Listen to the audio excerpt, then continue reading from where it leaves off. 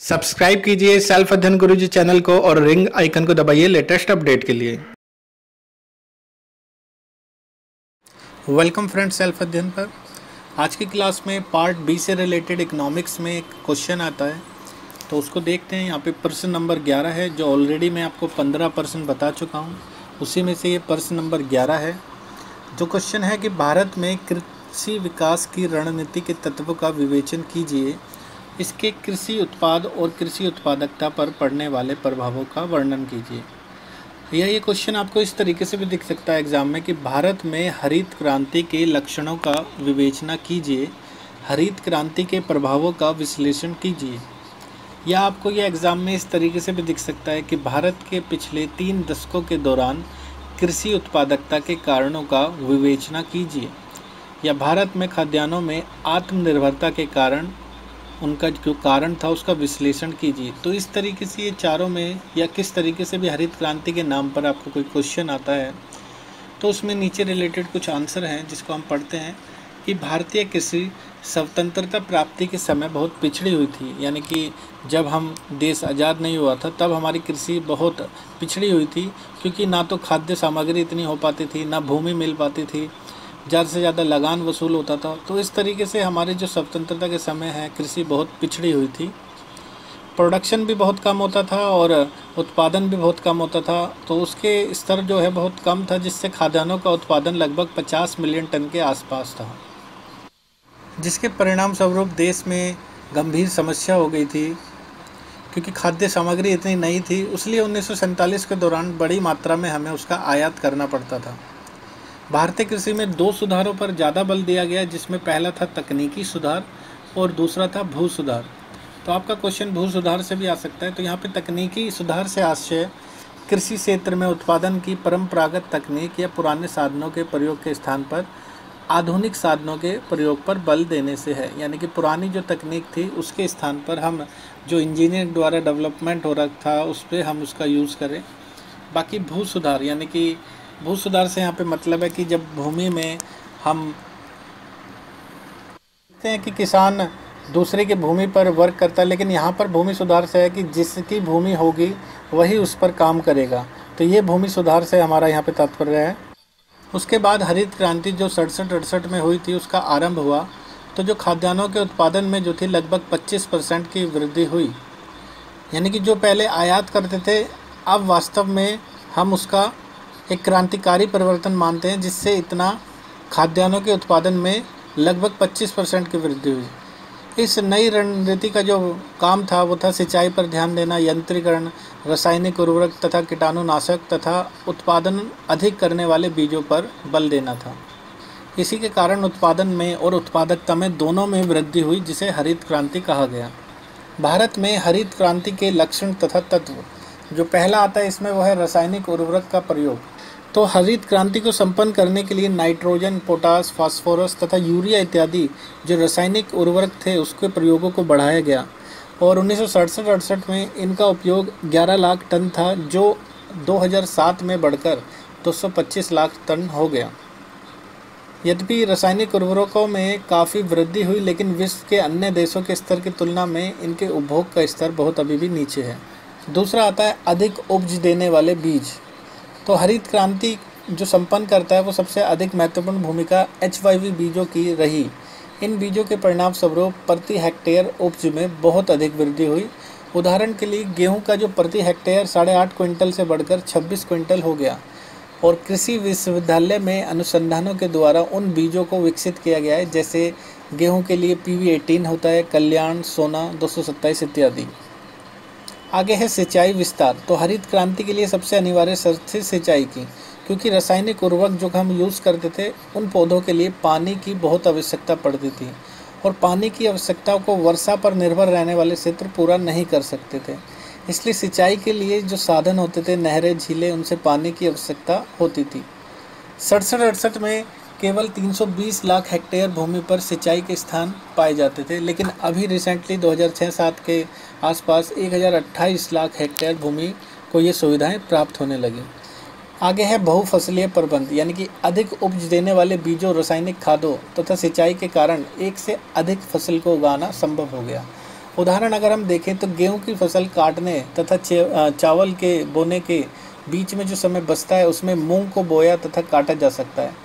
तो दो प्रमुख फसलों के बीच एक अन्य फसल का प्रबंध करके खाद्यान्नों के उत्पादन में जो हम वृद्धि देखने को मिलती है, तो उसी पर भूमि पर हम बहुफसलीय खेती कर सकते हैं। 2001 में ये 420 लाख हेक्टेयर भूमि पर होने लगी थी।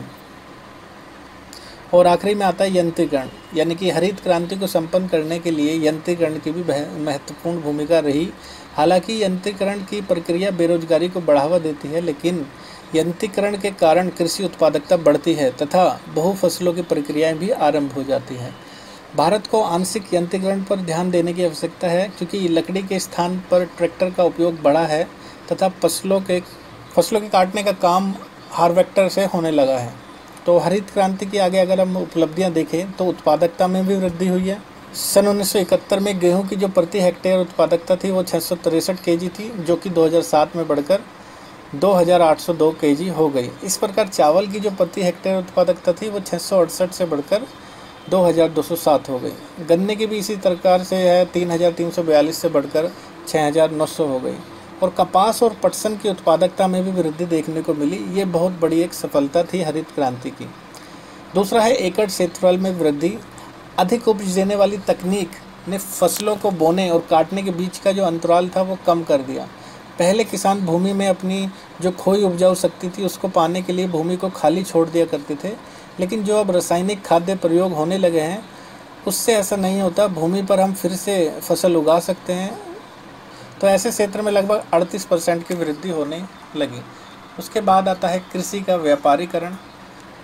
कृषि उत्पादन तथा बिक्री योग्य कृषि का केवल जीवन निर्वाह के साधन के बदले उसको एक व्यवसाय बना दिया, यानी कि कृषि का काम अब खाली सामान को बोना नहीं, उसको मार्केट में जाकर बेचने से भी है, जिससे वो किसान जो है अच्छी मात्रा में बाज़ार से कीमत वसूल करते हैं। नेक्स्ट आता है इसमें पक्षगामी तथा अग्रगामी अनुबंध।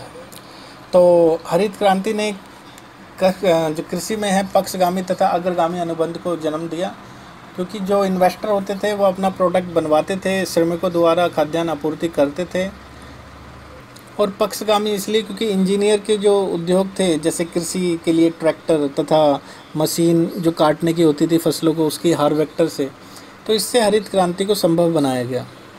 और है सामाजिक तथा राजनीतिक स्थिरता। तो कृषि उत्पादन में क्रांतिकारी परिवर्तन न देश की सामाजिक तथा राजनीतिक स्थिरता में अप्रत्यक्ष योगदान दिया है। यदि हरित क्रांति न होती तो देश में खाद्यान्न की कमी सामाजिक और राजनीतिक स्थिरता के लिए खतरा उत्पन्न कर देती, क्योंकि प्रोडक्शन की कमी होती तो देश में भुखमरी होती। इसलिए यहाँ पर स्थिरता को लाया गया है सामाजिक तथा राजनीतिक की कृषि उत्पादन में हरित क्रांति आने से। तो आगे हम देखते हैं हरित क्रांति के बुरे प्रभाव क्या पड़े हैं। तो निस्संदेह हरित क्रांति फसलों की उत्पादन में क्रांतिकारी वृद्धि को देखती है, लेकिन इसके कुछ बुरे प्रभाव भी हैं, जैसे आर्थिक असमानता में वृद्धि। हरित क्रांति के कारण कृषि क्षेत्र में आर्थिक असमानता बहुत अधिक बढ़ी है। भूमि के स्वामियों ने खुद खेती करने के बहाने जो काम करने वाले श्रमिक होते थे उनसे भूमि वापस ले लेते थे और अच्छे बीजों की हेल्प से उनके उत्पादन करके दो फसलों का बोकर वो अच्छी वहाँ से इन्वेस्टर से पैसा लेते थे। तो यहाँ पर आर्थिक असमानता में वृद्धि देखी गई, क्योंकि जो गरीब लोग थे, जो गरीब किसान थे, वो इन चीज़ों से बहुत दूर थे। वो बीजों वगैरह को ख़रीदने के लिए उन पर इतना पैसा नहीं हो पाता था। तो ये इसका पहला बुरा प्रभाव था। दूसरा है उच्च दर्जे की असुरक्षा। तो जो HYV बीज थे उनसे उत्पादकता में वृद्धि तो होने लगी, लेकिन साथ ही साथ खेती की क्रिया में असुरक्षा भी बढ़ गई, क्योंकि उर्वरक जो हम यूज़ करते थे, बीज जो हम यूज़ करते थे उसमें कीटनाशक दवाइयाँ डालनी पड़ती थी, जिसमें पानी वगैरह हमें टाइम टू टाइम देना होता है। तो उससे असुरक्षा बढ़ी है, क्योंकि अगर हम इसको रेगुलरली नहीं अपनाएंगे तो उससे हमारे फसलों को नुकसान हो सकता है। तो अधिकांश किसान ऐसी आर्थिक स्थिति में नहीं होते कि वे इस आदतों को अपना सकें। भारतीय कृषि में आज भी मौसम की अनिश्चितताओं को उनको जोखिम उठाना पड़ता है। अगला आता है फसली प्रतिमान में सामाजिक रूप से अनुचित बदलाव। यानी कि भारत में हरित क्रांति के कारण फसलों की आवर्ती में सामाजिक रूप से अनुचित बदलाव आया है। सरकार द्वारा जो गेहूं चावल के लिए समर्थन मूल्य था उसे देखकर किसानों ने अधिक से अधिक भूमि को दालों की खेती से निकालकर इस पर गेहूँ तथा चावल की खेती आरंभ कर दी, जिससे क्या हुआ कि दालों की कीमतों में वृद्धि होने लगी, जो कि सामाजिक दृष्टि से ठीक नहीं है। जिससे क्योंकि लोगों का जो एकमात्र प्रोटीन का साधन है वो दालें हैं, अगर दालों की कीमतों में बदलाव आएगा तो ये एक अनुचित बदलाव आता है फसलों में। अगला आता है पर्यावरण अवनति। तो हरित क्रांति के कारण कृषि क्षेत्र में प्रदूषण भी बढ़ा है। अधिक उपज प्राप्त करने के लिए बड़ी मात्रा में जो हम बीजों, उर्वरकों, फसलों को बचाने के लिए कीटनाशक दवाइयों का जो प्रयोग करते हैं, उससे हमारा प्रदूषण बढ़ा हुआ है। खेती के नए ढंग, विशेषकर ट्रैक्टर के प्रयोग से जो पशु शक्ति है जिससे हम खेती करते थे लकड़ी के, उससे पशु के साथ, वो वहाँ पर पशु शक्ति को बेकार कर दिया गया है। गाँवों में कूड़ा का ढेर प्रदूषण का कारण बन रहा है और बहुफसलीय के कारण जो है भूमि का अधिक से अधिक विदोहन होने लगा है, जिससे प्रदूषण की मात्रा बढ़ रही है। तो ये क्वेश्चन थे इकोनॉमिक्स में। होपफुली आपको क्वेश्चन क्लियर हो गया होगा, उसका आंसर भी क्लियर हो गया होगा। बाकी के क्वेश्चंस के लिए जुड़े रहिए सेल्फ अध्ययन के साथ। Thank you.